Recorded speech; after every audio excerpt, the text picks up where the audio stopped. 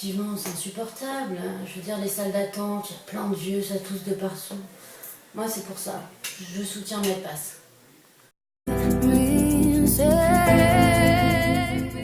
Alors écoutez, je suis très content de dire quelques phrases au sujet de Medpass que je viens de découvrir. Je crois qu'il y a là un problème en effet important, il fallait y penser, c'est celui de l'attente chez les médecins, peut-être à l'hôpital, mais plus généralement. Il y a des tas d'endroits dans la vie où on attend et où on s'agace de voir que finalement on a été convoqué à 10h et puis qu'à 11h30 on est encore là à attendre sans savoir pourquoi. Alors l'idée de Medpass, c'est dans le cas très particulier des médecins, des cabinets d'attente chez les médecins, c'est de faire en sorte que, si j'ai bien compris, que à la fois le médecin d'une part et puis évidemment le patient d'autre part soit au courant du déroulement de la matinée ou de l'après-midi du médecin en question. C'est-à-dire qu'il a pris du retard ou au contraire il n'en a pas pris et que vous pouvez être à tout moment renseigné sur le fait que vous allez passer juste à l'heure ou au contraire très en retard.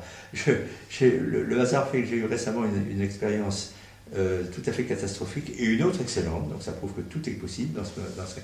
Il y a simplement quelques semaines, pour une minuscule intervention, j'avais été convoqué à l'hôpital à 7h15 du matin et j'ai attendu jusqu'à midi et à midi on est venu me dire « Monsieur, ça ne peut pas avoir lieu, il y a alors je crois qu'on m'a dit il y a un empêchement ». Vous voyez, j'ai attendu une matinée complète à l'hôpital et on aurait pu me dire ça. Donc c'était vraiment le cas extrême d'une nécessité d'un Medpass. C'est bien Medpass, n'est-ce pas?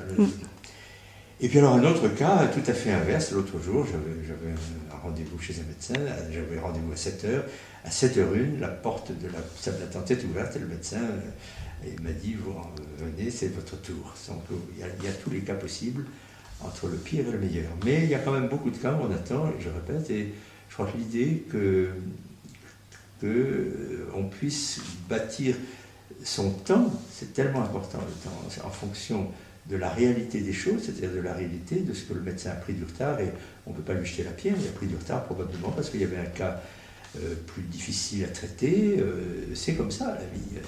Et le fait qu'on puisse en tenir compte dans son propre emploi du temps, moi je trouve ça excellent.